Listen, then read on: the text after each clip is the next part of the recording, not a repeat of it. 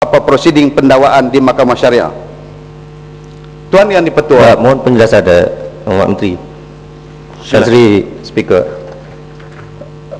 mengikut jawapan tertulis yang diberikan kepada saya pada 27 Oktober 2009, jawapan yang sama itu Ketua Pendakwa Syari'i berpendapat pendakwaan qazaf ke atas Muhammad Saiful Bukhari perlu diurus secara berperingkat dengan mengambil kira untuk mengelakkan konflik perundangan antara sivil dan syari'i.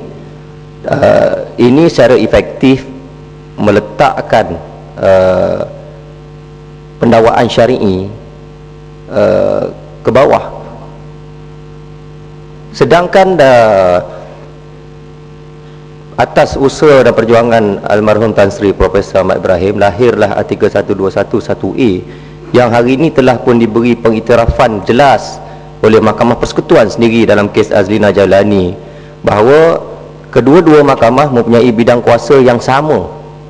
Jadi meletakkan pertuduhan syari'i tertakluk ataupun menunggu kes pendakwaan sivil, bukankah itu menunjukkan bahawa Ketua Pendakwa Syari'i seolah-olah pada saya menghina kedudukan Mahkamah Syariah, seolah-olah Mahkamah Syariah kena tunggu Mahkamah Sivil buat keputusan. Dan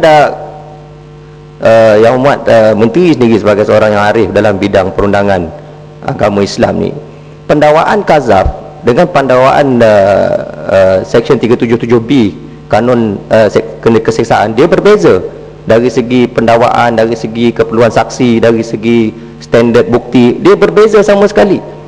Jadi kenapa kita harus tunggu keputusan Mahkamah Sivil baru kita nak ambil tindakan? Dan keputusan Mahkamah Sivil dalam kes yang lepas dekat 6 tahun, 7 tahun barulah selesai. Adakah Ketua Pendakwa Syari'i akan tunggu sampai habis 7-6 tahun tu? Jadi pada saya tak menasabah untuk Ketua Pendakwa Syari'i meletakkan balik Mahkamah Syariah ke Mahkamah second class, sedangkan Mahkamah Sivil dah bagi Mahkamah Syariah taraf first class. Jadi saya minta supaya pasal dalam kes sivil banyak teguran kononnya sengaja dilengah-lengahkan, sedangkan kenapa dalam kes qazaf ni pendakwa sendiri dan maklumat yang kita dapat daripada Mahkamah Syariah, mereka dah bersedia untuk membicarakan kes qazaf ni.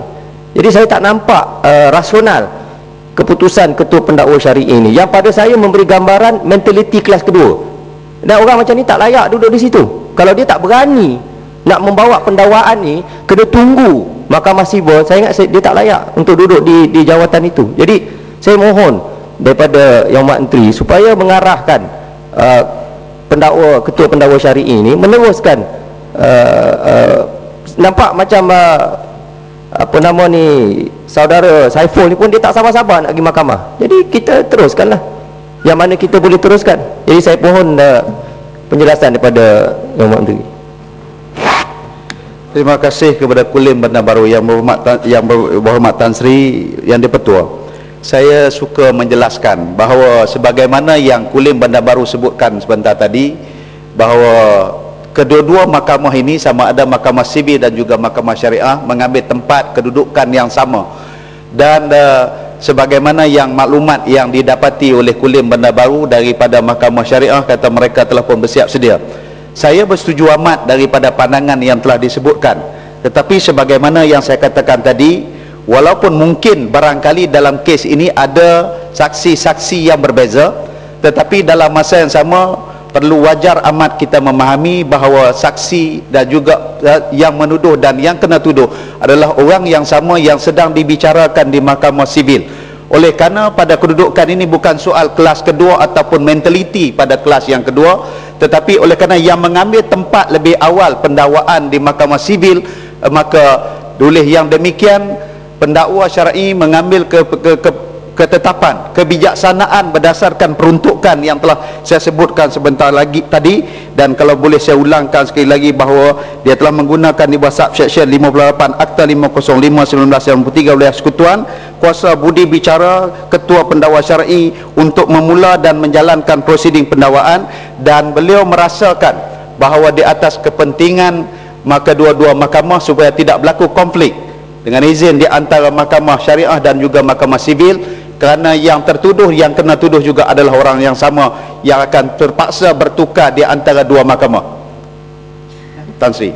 Kalau Tan Sri Speaker, kalau macam tu kenapa tak suruh Ketua Pendakwa Syari'i bagi tahu mahkamah sibil, engkau orang tunggu dulu, kami nak mulakan. Tunjuklah kuasa kami nak start yang kazaf dulu. Sebab kazaf ni akan ada kesan kepada pertuduhan di sibil. Kalau hukuman dijatuhkan di mahkamah syariah yang membuktikan saudara Saiful ni telah melakukan kazaf, dia ada bearing. Sedangkan keputusan kes mahkamah sibil tak ada bearing kepada kazaf. Jadi kenapa Ketua Pendakwa Syari'i tidak meletakkan diri dia tinggi sikit daripada duduk dalam reban ayam tu, merasa dia kena tunggu? Kenapa dia tak bagi tahu kepada mahkamah sibil, engkau orang tunggu, aku nak start? Kenapa tak buat macam tu? Jadi itu yang saya katakan tadi, di mentaliti kelas kedua. Takut sangat dengan mahkamah sibil, berasa macam dia tak boleh nak berdepan dengan mahkamah sibil. Dia kena ambil pendirian. Yang penting kes kazaf ni akan ada kesan kepada kes mahkamah sibil. Sebab tu kalau ikut dari segi analisa perundangan, mahkamah sibil patut tunggu keputusan mahkamah syariah dalam kes kazaf, bukan sebaliknya. Jadi kenapa tak diambil pendirian macam tu? Dia ikut file dulu pula. Ni bukan beli nombor ekor. Ni soal ini yang kita paling khawatir, takut ada tangan-tangan gaib. Ya. Yang itu dia kan. Jadi kalau boleh yang Muhammad Menteri, kalau kita boleh, saya faham yang Muhammad Menteri seorang yang pakar dalam bahagian pengumat. Kalau boleh yang Muhammad Menteri nasihatkan kepada Ketua Pendakwa Syari'i supaya mentaliti dia tu upgradekan sikit. Alhamdulillah baru. Kalaupun berbicara mengenai dengan soal begitu, jangan terlampau spesifik. Kenapa Peraturan Masyurat 368 tidak membenarkan hakim-hakim, pegawai-pegawai yang ada tugas di mahkamah dan sedemikiannya. Jadi Menteri minta maaf Tan Sri Speaker. Saya sedang menyebut Ketua Pendakwa Syari'i, dia tak ada. Dia pun terlibat dalam soal pegawai yang menjalankan keadilan dalam mahkamah. Jadi kadang-kadang yang berhormat, standard kita, kalau kita bawa standard kita yang tinggi kepada orang yang tidak elok yang berhormat, kerana dia tidak ada untuk membela diri. Jadi saya rasa Menteri pun tidak ada kuasa untuk begitu mengarah bahawa harus bersikap seperti demikian, kerana masing-masing mereka mempunyai tanggungjawab. Tan Sri Speaker, minta maaf, buat penjelasan yang saya faham. Di dalam sistem yang kita amalkan, Ketua Pendakwa Syari'i duduk di bawah Menteri. Dia bukan macam Pegawai Negara. Ketua Pendakwa Syari'i adalah kaki tangan Jabatan Agama Islam Wilayah Persekutuan. Duduk dia di bawah Menteri. Jadi ada perbezaan di situ. Kecuali kalau kita pertikaikan Pegawai Negara yang dia tak boleh nak jawab di sini. Ketua Pendakwa Syari'i duduk di bawah Pengarah Jawi, Pengarah Jawi duduk bawah Menteri, Menteri boleh jawab untuk dia. Jadi saya tak nampak persamaan tu. Itulah kadang-kadang yang berhormat, penglihatan itu berbeza. Ada yang memakai cermin mata kena kurang penglihatan, jadi yang berhormat memakai juga. Itu pendapat yang berhormat. Sila Menteri. Tan Sri Yang Di-Pertua, saya berterima kasih banyak kepada Kulim Bandar Baru yang telah memberikan jaminan dan juga persetujuan bahawa kedua-dua mahkamah ini mempunyai kedudukan yang sama rata. Apapun sebagaimana yang telah saya jelaskan tadi, kedua-dua undang-undang pada ucapan awal yang saya sebutkan bahawa untuk memberikan keadilan kepada semua pihak. Saya katakan tadi bahawa keadilan bukan hanya bersifat untuk individu semata-mata, Tan Sri Yang Di-Pertua. Keadilan bukan untuk hanya semata-mata kelompok-kelompok dan juga golongan-golongan yang tertentu. Dianya meliputi semua golongan yang tertuduh, yang kena tuduh, rakyat, termasuklah juga dengan pendakwa raya sendiri.